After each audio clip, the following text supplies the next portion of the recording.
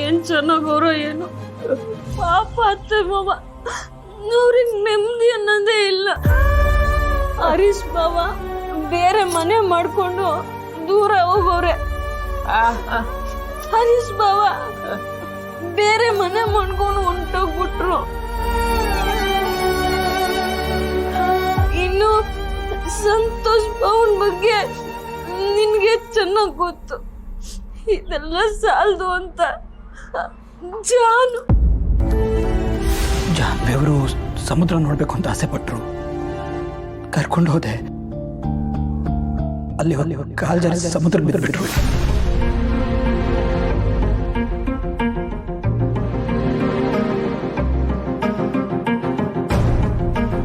ಬೇಡ, ಈ ಸಮಯದಾಗೆ ಜಾನು ಅವ್ರಿಲ್ಲ ಅನ್ನೋ ವಿಷಯ ಏನಾದ್ರೂ ವೆಂಕಿ ಗೊತ್ತಾದ್ರೆ ಅವನ್ ಸಹಿಸ್ಕೊಳಕ್ಕಿಲ್ಲ. ಈ ವಿಷಯ ಈಗಲೇ ಹೇಳೋದ್ ಬೇಡ. ವೆಂಕಿ, ಅತ್ತೆ ಮಾವಂಗೆ ನಿನ್ನ ನೋಡಿದ್ರೆ ಮನ್ಸಿಗೆ ಸಮಾಧಾನ ಸಿಗ್ತದೆ. ಈಗ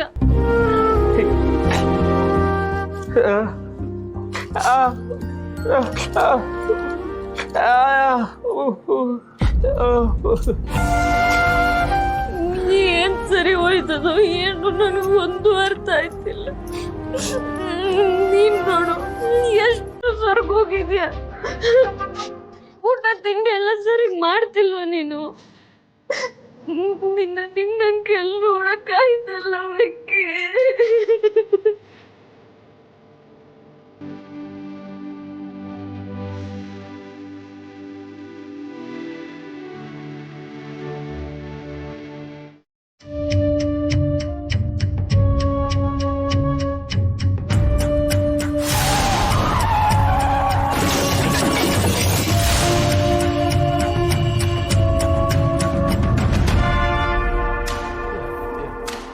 ಏನು ಸರ್ ನೀವು?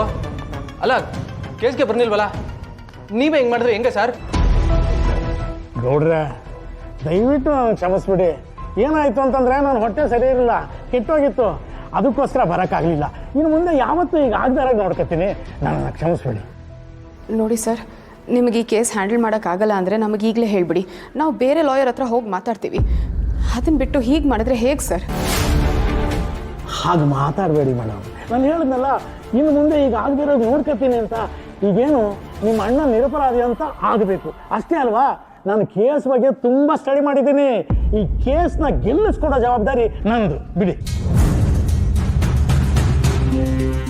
ಹಾಗಲ್ಲ ಸರ್, ನಮ್ಮ ಅಣ್ಣನಿಗೆ ಮಾತು ಬರಲ್ಲ, ಕಿವಿನೂ ಕೇಳಲ್ಲ.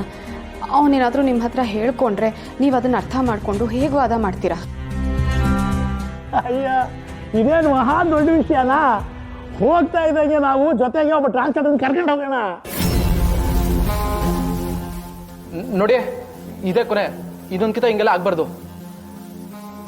ಆದಷ್ಟು ಬೇಗ ನಮ್ಮನ್ನ ಆಚೆ ಬರಬೇಕು. ಆಯ್ತು ಬಿಡಿ ಗೌಡ್ರೆ.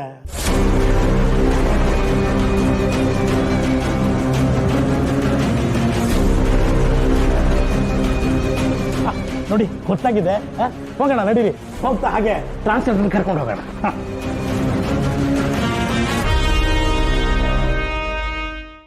ನಿಮ್ಗೆ ಹುಷಾರಿಲ್ಲ ಅಂತಂದ್ರೆ ಮುಂಚೆನೆ ಕೋರ್ಟ್ಗೆ ತಿಳಿಸೋದಲ್ವಾ?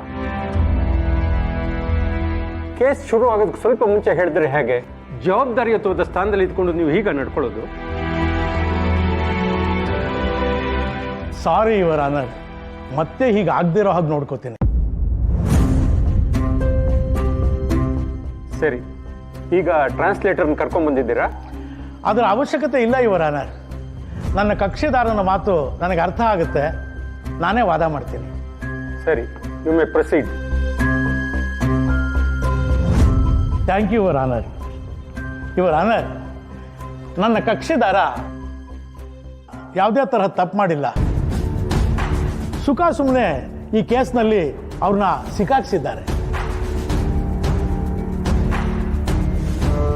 Objection your honour. ನಮ್ಮ ಲಾಯರ್ ಸಾಹೇಬ್ರು ಕೋರ್ಟ್ನ ತಪ್ಪುದಾರಿಗೆ ಎಳಿತಾ ಇದ್ದಾರೆ. ಆರೋಪಿ ಪರ ಎಲ್ಲಾ ಸಾಕ್ಷಿಗಳು ಇರೋದ್ರಿಂದಾನೇ ಇವ್ರನ್ನ ಇಲ್ಲಿ ಕರೆಸಿರೋದು. ನಾನು ಇವ್ರನ್ನ ಕೆಲವು ಪ್ರಶ್ನೆಗಳನ್ನ ಕೇಳಬೇಕು. ದಯವಿಟ್ಟು ತಾವು ಅದಕ್ಕೆ ಅನುಮತಿ ಕೊಡಬೇಕು. Permission granted, you can proceed. Thank you ರನ್ನ. ನೋಡಿ, ನಾನೀಗ ಇವ್ರನ್ನ ಕೆಲವು ಪ್ರಶ್ನೆಗಳನ್ನ ಕೇಳ್ತೇನೆ. ಅವ್ರು ಅದಕ್ಕೇನು ಉತ್ತರ ಹೇಳ್ತಾರೆ ಅಂತ ಟ್ರಾನ್ಸ್ಲೇಟ್ ಮಾಡಿಬಿಟ್ಟು ಕೋರ್ಟಿಗೆ ತಿಳಿಸಿ. ಸರಿ.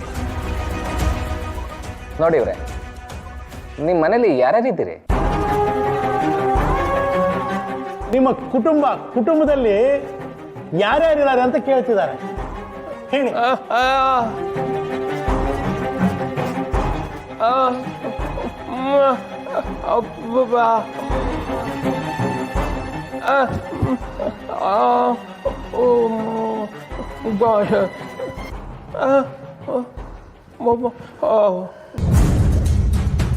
ಇವರ ಇವ್ರ ಕುಟುಂಬದಲ್ಲಿ ಅಪ್ಪ, ಅಮ್ಮ, ಅಣ್ಣ, ತಂಗಿ ಎಲ್ಲ ಇದ್ದಾರಂತೆ. ಇವರು ಅಪ್ಪ ಅಮ್ಮನ ಜೊತೆ ಜಗಳ ಆಡ್ಕೊಂಡು ಹೊರಗಡೆ ಬಂದಿದ್ದೀನಿ ಅಂತ ಹೇಳ್ತಿದ್ದಾರೆ.